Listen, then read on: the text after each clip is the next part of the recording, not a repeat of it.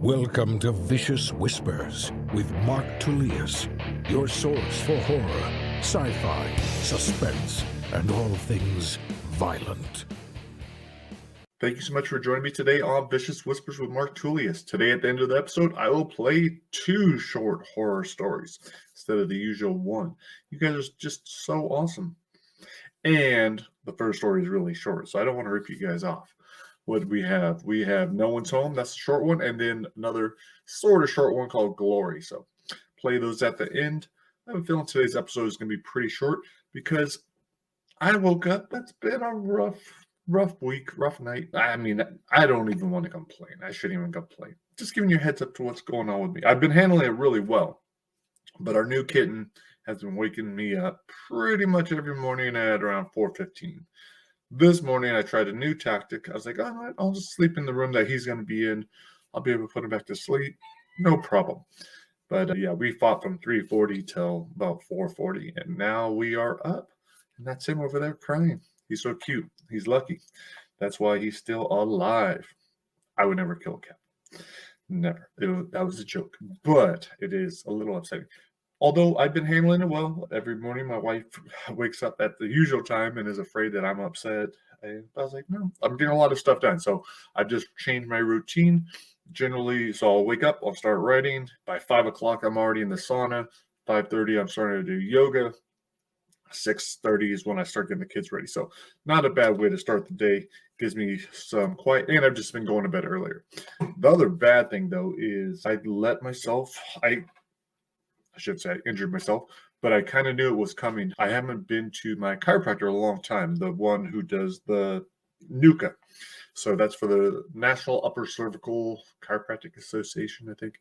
But it's where they only focus on the top 2 vertebrae.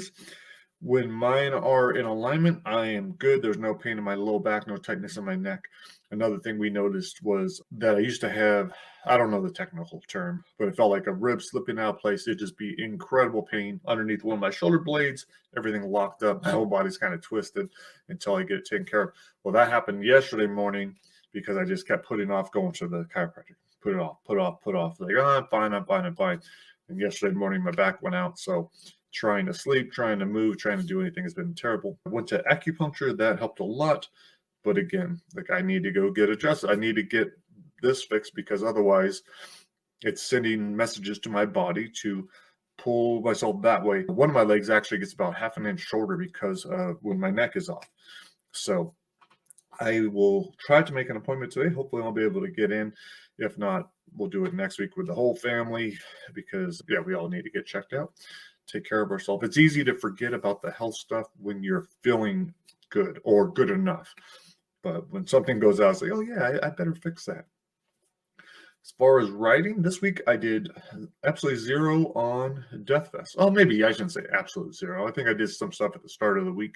It's hard to remember. Today, I'm kind of excited because this afternoon, my friend Fortunato, he is driving to Vegas. I was like, yeah, motherfucker, you have to sit in traffic. That's not why I'm excited about it. He is going to call me, and we're going to walk through lots of the Death Fest stuff. He's very good at describing music. He was a singer in a band. He's a DJ.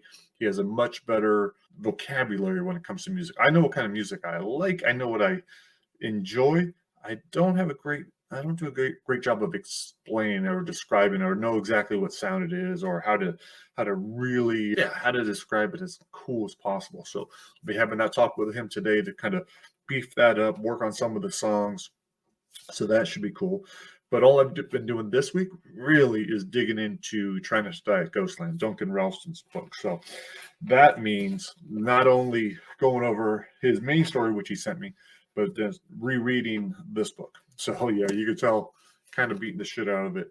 But it's because I'm dissecting to see what else. I want to make sure, I do a decent job of keeping everything consistent. I know Duncan already is, but I want to participate. I want to do something. So he's giving me the opportunity to suggest death scenes, come up with some of those ideas. So that's what I'm doing right now. Is like, okay, I've already gone through trying to Ghostland, the main story, what he's given me, going back over Ghostland, and then I'm trying to figure out, like, okay, what was anyone left out? Were there anyone cool from Ghostland that from the original book that we're not seeing in this one that we can see, and just stuff like that. So it always helps me to make a map. All I did was copy Duncan's, although it looks like, well, let's just say my son did this. Yeah, you can't really see it. And I don't want to give shit away, although there was nothing on here to give away. And you couldn't even read my writing if you try. So that's what I always tell my son. I was like, dude, I'm not messy. I'm writing in code. So that's how I explain it. But that's been a lot of fun. So that this weekend, that's what I'm going to be doing. I'll finalize different decisions. And when I say finalize, I'm not saying whatever decision I make is final. I'm just finalizing my suggestions. I will give those to Duncan. He'll check them out, make sure, see which ones work, which ones don't. He might say they all suck. He'd be like, dude, just let me do it.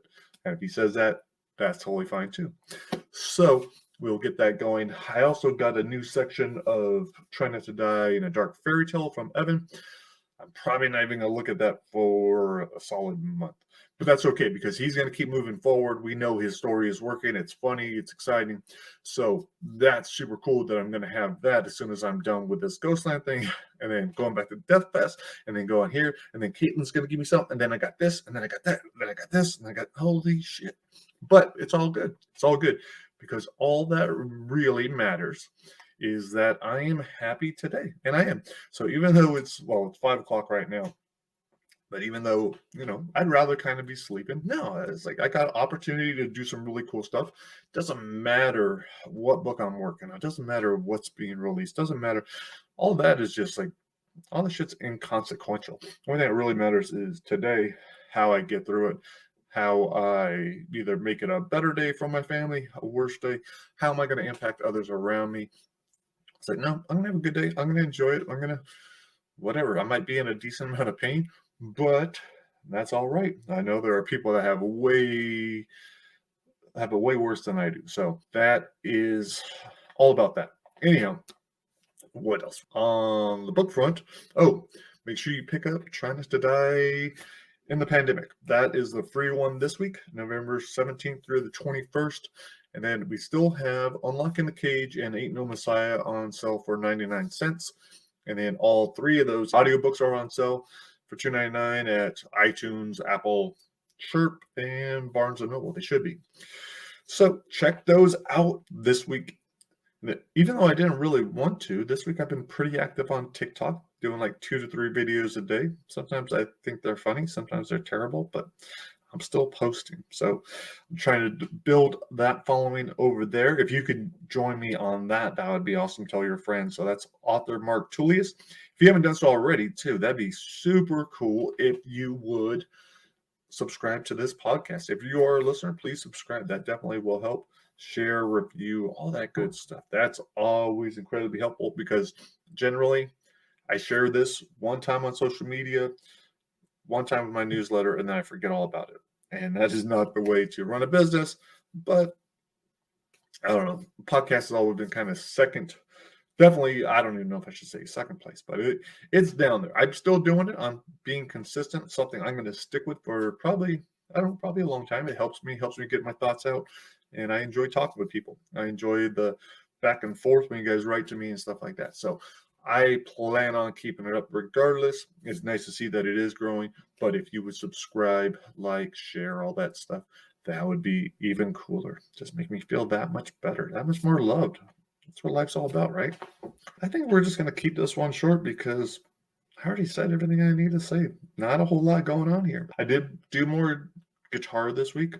Very little language. Like I'm doing enough language just to keep in the Duolingo league that I'm in right now. But it's good. So I broke that. I don't have to have the high scores anymore. That's all I've really been doing. There's not a lot of time for anything else. But I think I'm going to get back at it because I have an hour and a half left to put this out, do my newsletter, and then start getting the kids ready for school, drive them to school, all that fun stuff. Have an incredible day. Hopefully get to my chiropractor, fix my back, and have an incredible weekend like you guys are going to. But first, let's go out on a story. Let's go out on these 2 stories. So the first one is No One's Home. The second is Glory. These are both from Twisted Reunion. And that audiobook is narrated by Tee Quillin. All right, guys. Thanks so much for listening. Hope you have an incredible week, and I will talk to you later. Peace.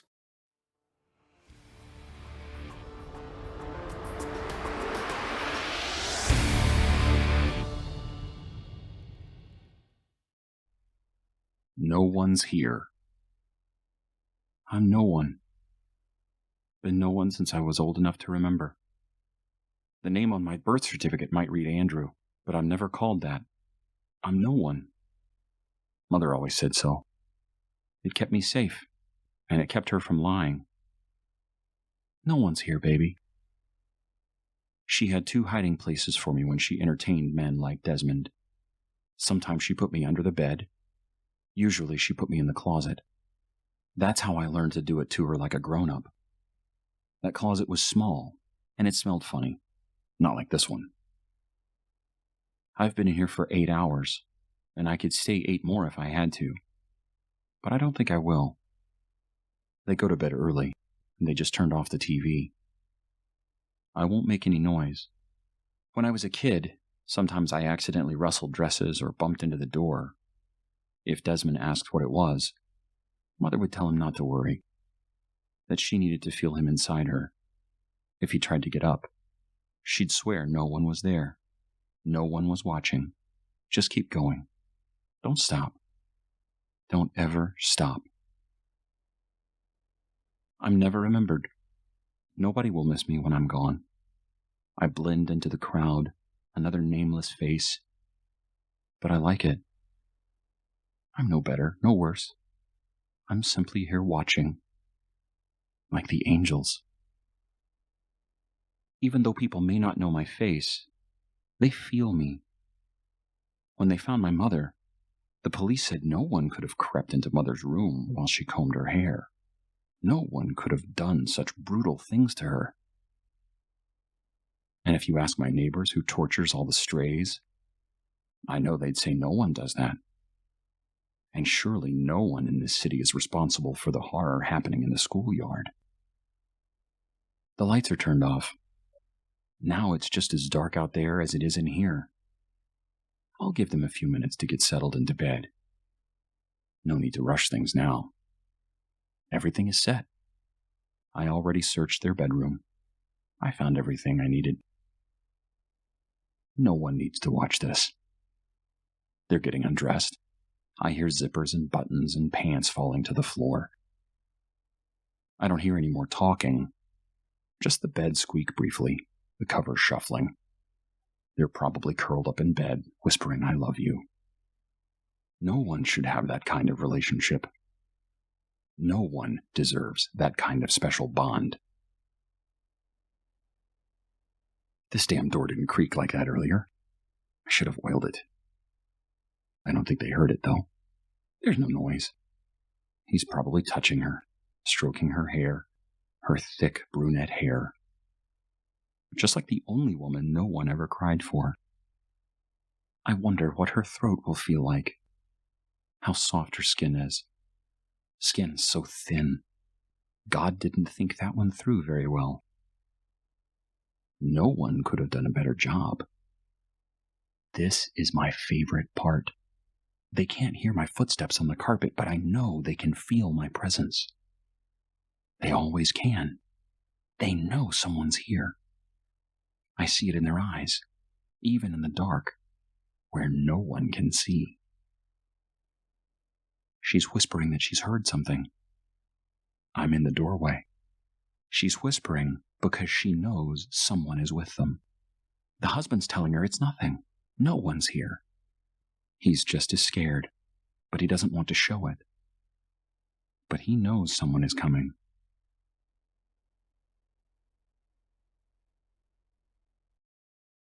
Glory. This was Tony's idea. It always is. He's crouched down beside me behind this juniper, and he won't even look at me. He has his eyes locked on the dimly lit park waiting for us at the bottom of the hill. If the cops drive by, they'll see us running down there. Tony doesn't seem to care. I whisper to him, "You're gonna get us killed." "What?" "Nothing." "I'm going, and if you're gonna chicken out, give me the camera and go home." "I don't think this..." I trail off as Tony turns to me. Even in the dark, I know he's making that face, the one where he's questioning if I have anything between my legs. "Relax, there's nothing to worry about. Tony says. It's hard to keep it to a whisper. What if he's in there somewhere? I scan the bushes. All I see are shadows, and they're moving. I know it's the ring of flickering red and yellow floodlights, but I can't help but think it's someone lurking. There hasn't been a murder since they started locking it up. That psycho's split. What if he's just waiting? Tony ignores me. I say, he's probably watching us now. Tony is focused on our target in the middle of the park. The floodlights encircle the bronze statue of Achilles. It's 15 feet high, not counting the 5-foot stone pedestal. Achilles is holding his spear in one hand, a shield in the other. The top of the helmet looks like a stone mohawk. His boots rise up to his knees. The rippling muscles of his thighs are almost as impressive as his chiseled arms. I don't want to sound like a coward, but I say, he's probably just waiting for someone to enter the park. I can tell Tony is about to make fun of me when the circle of floodlights flicker in rapid succession. This is part of the display, the new security. The city installed lights after Christina Peterson ended up with her throat slashed. She was the third teenager who'd been murdered. The killer, they said, could have been a copycat.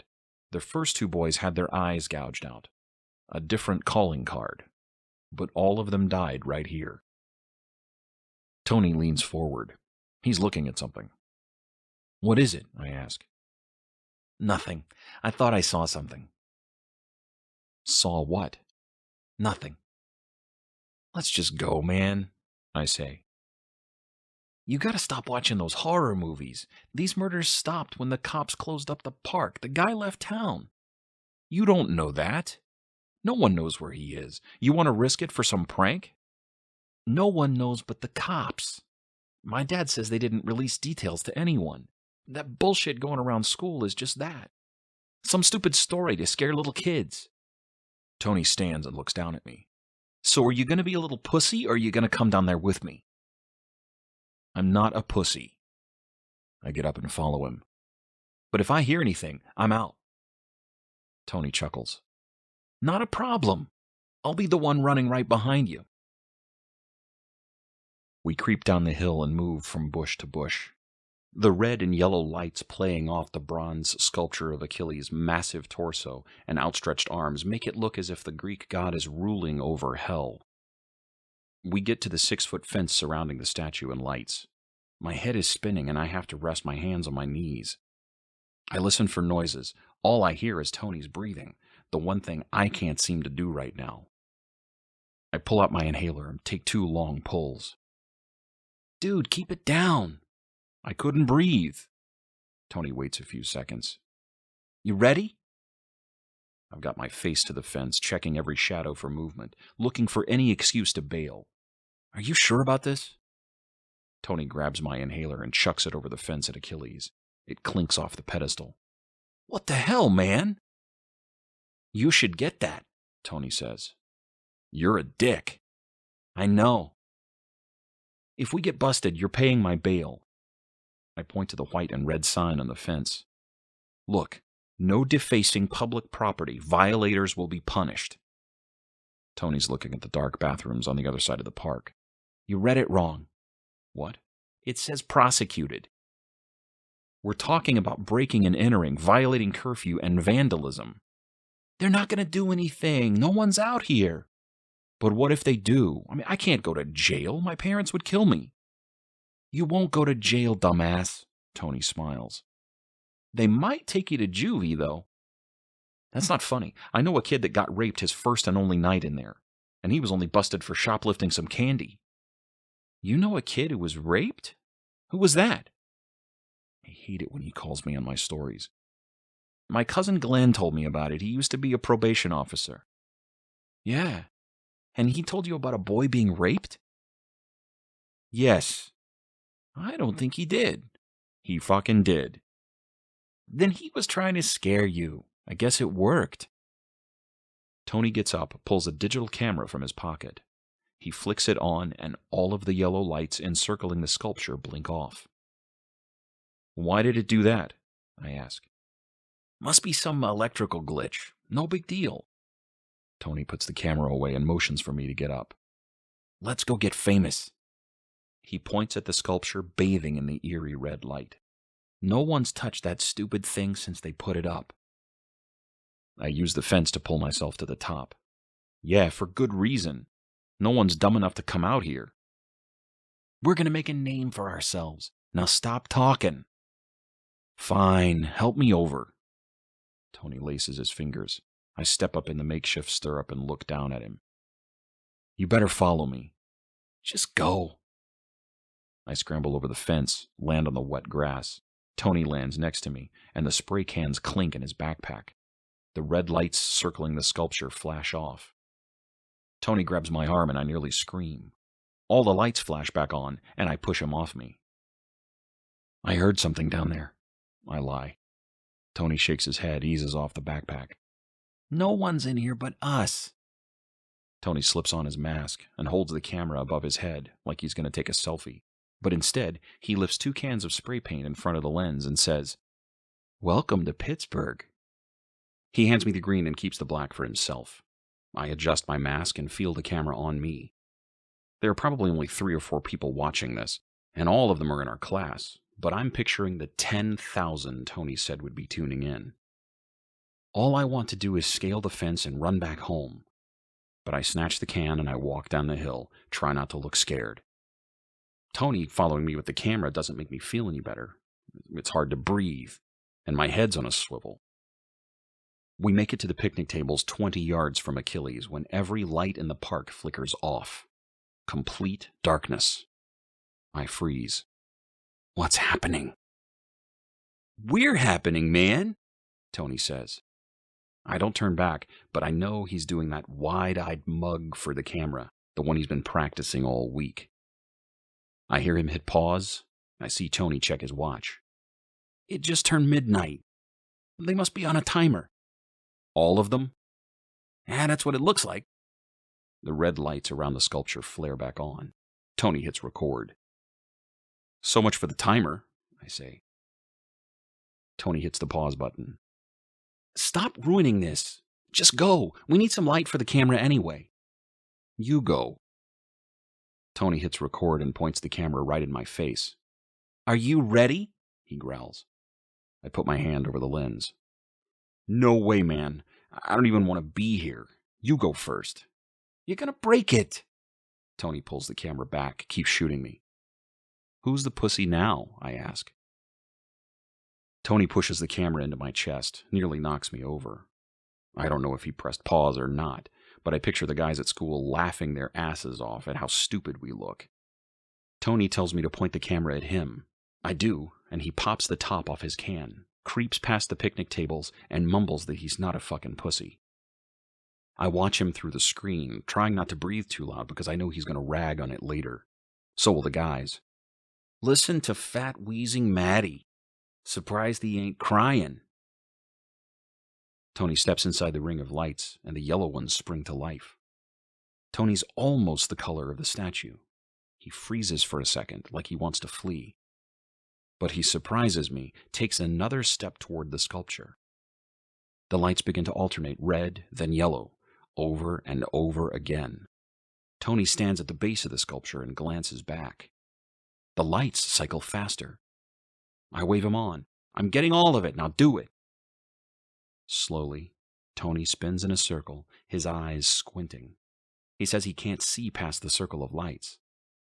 Someone's fucking with us. Do it, go, man. I zoom in on the statue's profile. Achilles' chiseled features glow in the lights. I stay on Achilles' upper body, hear Tony take another step. The lights cycle even faster. They begin to strobe. Achilles seems to rock to life as the lights bounce off his bronze skin. The glare is brighter than anything I've ever seen. Finish it and get out of there, I tell him. It's hard for me to make anything out. I hope the camera captures something we can use, that we can change the exposure later. It won't do any good for the live feed, but maybe we can fix it in post. Are you doing it? I finally ask. Tony doesn't answer. I step toward the circle, the veil of light, just as impenetrable as the darkness that surrounds it. Dude, get the hell out of there. Again, no answer. I take another step and trip on a rock. I throw out my hands to break my fall. The camera and spray go flying. I pick up the camera. Hope it still works. I can't look away from the image on the screen. Achilles' brutal eyes staring directly at the camera. A halo of hellish color swirls around his head. I don't care who hears me. The cops, the killer, anyone watching this feed. Come on, Tony, let's go! The lights snap off, and the entire park's engulfed in darkness. I don't move. Just wait for my eyes to adjust. I see shapes. I hear a hiss. It's Tony spraying the top of Achilles' head. Tony is on his back, sort of riding the mythic figure. I check the screen. It's too dark right now. I can't see much, so I flip on the night vision. Tony's climbing the statue, trying to stand on Achilles' shoulders. I scream for Tony to go for it, to get up on the statue, although I know I shouldn't be encouraging this. It will sound better for the video, though.